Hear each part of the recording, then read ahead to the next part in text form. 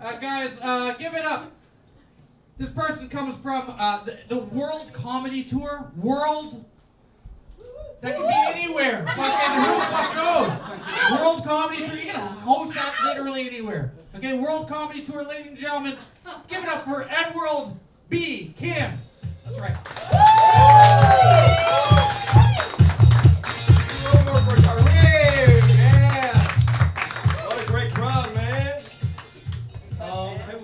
My question is, how come the longer the show goes, the lesser the laugh coming from here? Like somebody on the cocaine. Another round here.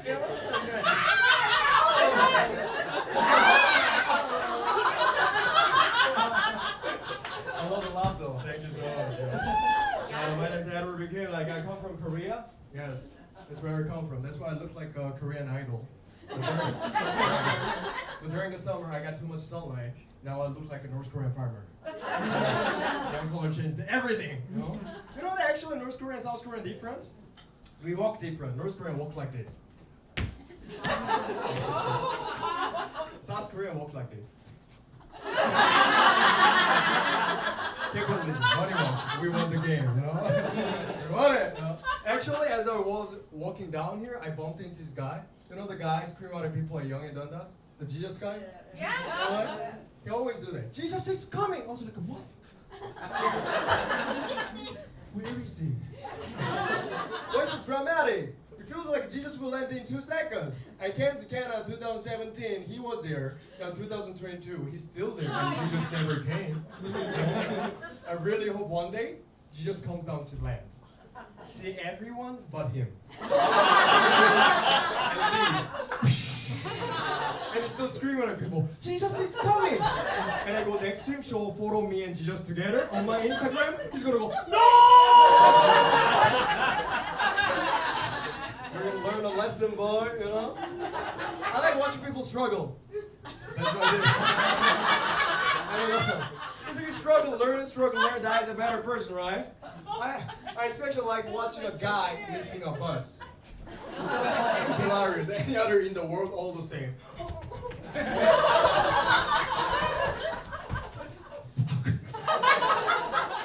I was on a bus one day, right? I saw this guy running. I was laughing because this guy is gonna miss a bus. While I was laughing, I looked out at the window. This guy started chasing for the bus. You know that normally people breathe like this, right? This guy breathed like this. He was running as crazy, and he looked at me, looking at him, looking at me. We're seeing each other eye to eye. His eye were telling me, "You laughed at me, I'm gonna kill you, bitch." Shit! I got so scared. I turned around, looked at the driver. Speed up! Speed up! And car stopped at the next intersection, and I got so scared. I turned around, looked at the guy. Guy not even running, not flying. He wasn't even looking at me. All he had in his mind was, I'm gonna kill this Asian bitch right now. I got so scared, I turned around. As I'm turning around, this guy just running past the bus, to the front of the bus, and do this. Stop! Everybody in the bus was, whoa! The driver was, what the hell? I was at the back pressing the button. Get me out! Get me out! Please! He's gonna kill me! It was the scariest moments ever, you know? You know, like, I'm struggling with my life too. I've been struggling with my life since I came to Canada, you know, and I finally got my PR, permanent residency. So now I'm a Republican. But the immigration, we're here. I'm just joking, I tease my friend, I got my PR, man, I didn't get it. I'm just joking. Go back to your country. I'm joking. But I still remember the first time I came to Canada though, you know. If you're an Asian person from Asia, you have this bucket list. On the top of my bucket list was, I want to work with the white people. Every day I said, I want to work with the white people. So I went to Tim Hortons, because Tim Hortons is the starter of the immigrants, right? I went there, I got inside, I looked around, everybody in the room was Filipinos. What? Is this Jollibee or something? We're fried chickens and spaghetti, right?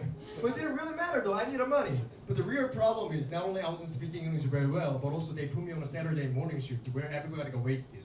You know that? People coming to the store start mumbling. What? got so scared because my supervisor was watching me like a ninja turtle. And one day, this lady with a huge dark circles came into the store. I was thinking, that must be Panda. I don't know if she would look like that. And she started ordering all this stuff. Can I get a double, 3 donuts, and then I'm like, what? And my supervisor got so mad and came next to me and said, hey, Edward, what are you doing? This is an easy order. Man, you're so useless. I'm like, useless? Useless? What does it mean? I got fired right on the spot. That's where I realized this Canadian life is going to be hard. Do you understand what I'm talking about though, my English? No? Because I'm still, yeah, you understand, right? Yeah. But I'm still learning English from the Disney books. That's why I asked. Because easy book is English. And I got to know this fact that when you export books from the Western country to Korea, book name changes. For example, the Little Mermaid, we call it Human Fish Princess. Straightforward, Asian style. The Snow White and 7 Dwarfs, we call it White Woman and 7 Midgets. 101 Dalmatian is a big dinner. I made a joke to find who's racist. I'm gonna give you one more chance, okay? Guess who it is. Who's this? Who's this? It's me. Busted. No, actually, learning English are very hard because it's different languages. But learning slangs are funny though, I still remember the first slang I learned. Me and my friend Amanda was walking on the road, right? And I saw this lady with a tight pants on. When you're wearing tight pants, you can see this central part, right? With a lot of bushes or desert tunnel, you never know. I asked my friend, what do you call it? My friend goes, camel toe. You call that with that ugly name? In Korea, we call it fortune cookie. Here's the reason. First of all, it looks like a fortune cookie. Second of all, it is sacred. Last of all, you never know what fortune you're going to get. It probably comes with a 2 kids and mortgage. That's why every time you eat fortune cookie, I pray to it. Love you.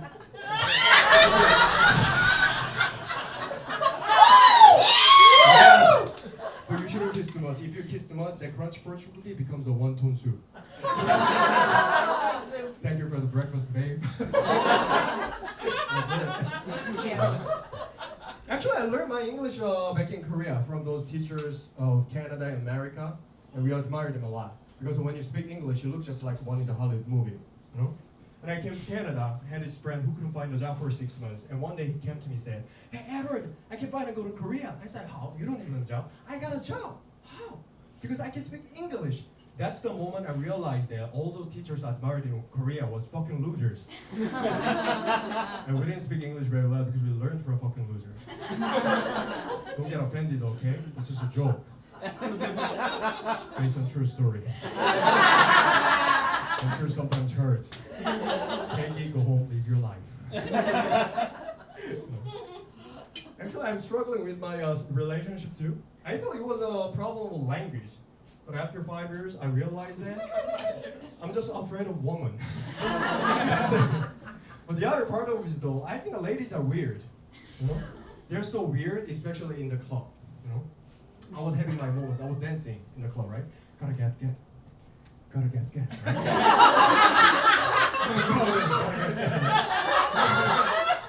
Gotta get.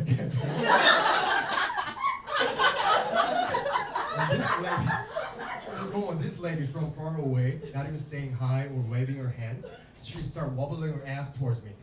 I was like, I didn't know what to do because that never happened in my life. So I screaming in my mind.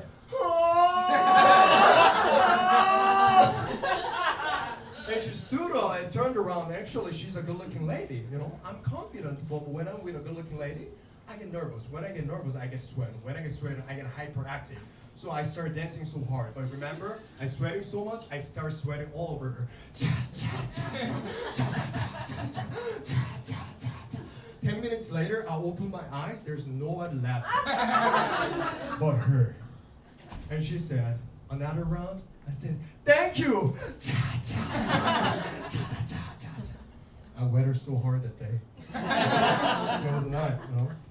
I think that's a problem. That's why I'm close to the animals, you know. Animals just make me happy and comfortable. You know? But some animals, I didn't know what that was until I came to Canada.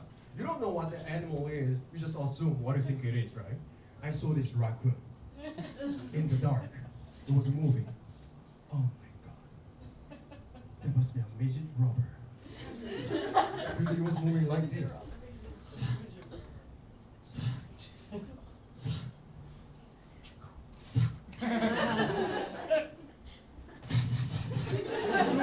That's a magic rubber. Turned out it was raccoon, but I hated this raccoon. You know that raccoons eat your garbage bin and show your attitude, you know, every time.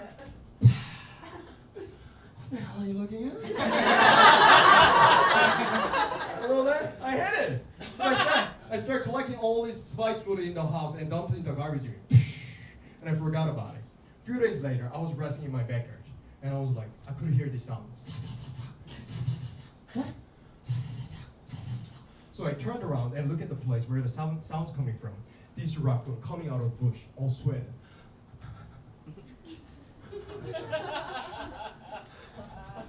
And turned around and looked at me and said, "It's spicy!"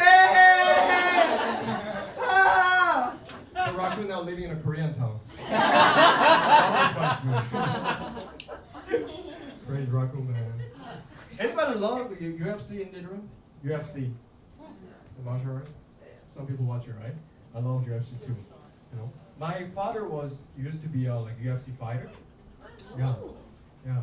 I still remember his first fight though. It was when my dad beat my mom. Or you can laugh at that because my mom won the game. He beat the shit out of me. Because he was an alcoholic, right? He came home like being naked every day and broke everything like a giant baby, like every day. And he started talking shit to my mom face to face. And when you start listening to shit, you're gonna know it. So my mom started ignoring him. You know, when you get ignored, you get emotional, right? My father started screaming at her, "You dumb bitch!" And my father punched my mother's face.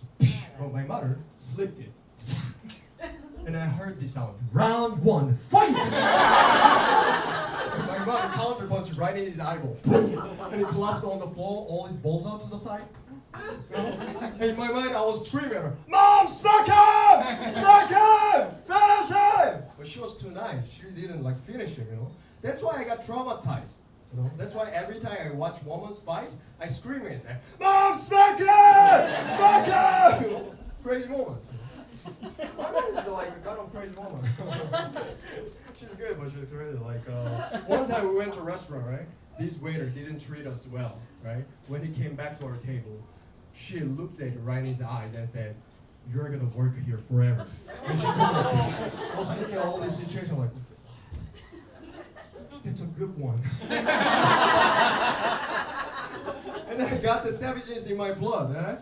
So one day I went to a grocery store, I picking up stuff to treat myself, I bring all the berries to the counter, and this guy checked everything. I asked me, "Do you want a receipt?" I said, "Yes, please." And he asked me again, "Do you want a receipt?" I said, "Yes." He might have a bad day, but you can't treat people like that. I got my bag, I got my receipt, I was about to leave, right? I can't leave like this, right? So I came back to the counter, I turned around and looked at him and said, "You and your children and your grandchildren and your grandchildren gonna work here forever." And to go, fuck you. And I came back, I realized there was the owner of the store. Actually, I blessed him. Bless you.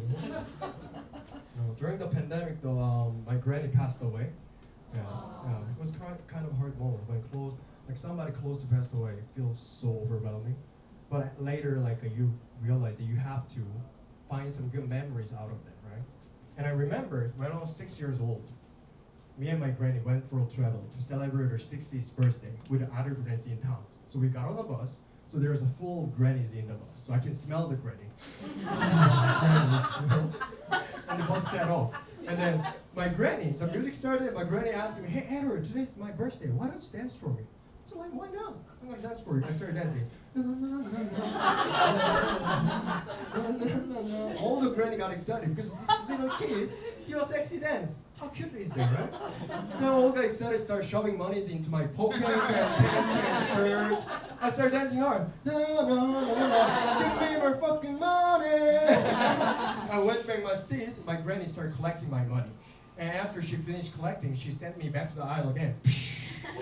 So I had to dance for 3 hours. At the end of 3 hours, I was crying. No. I went back my seat. I couldn't find my money. And I grew up, I realized that there was all the career, me as a stripper. And my granny was my pimp. She was collecting generational wealth out of my stripping. She passed away, how much she left? $5. Where's my fucking granny? That's my time. You've been a great crowd.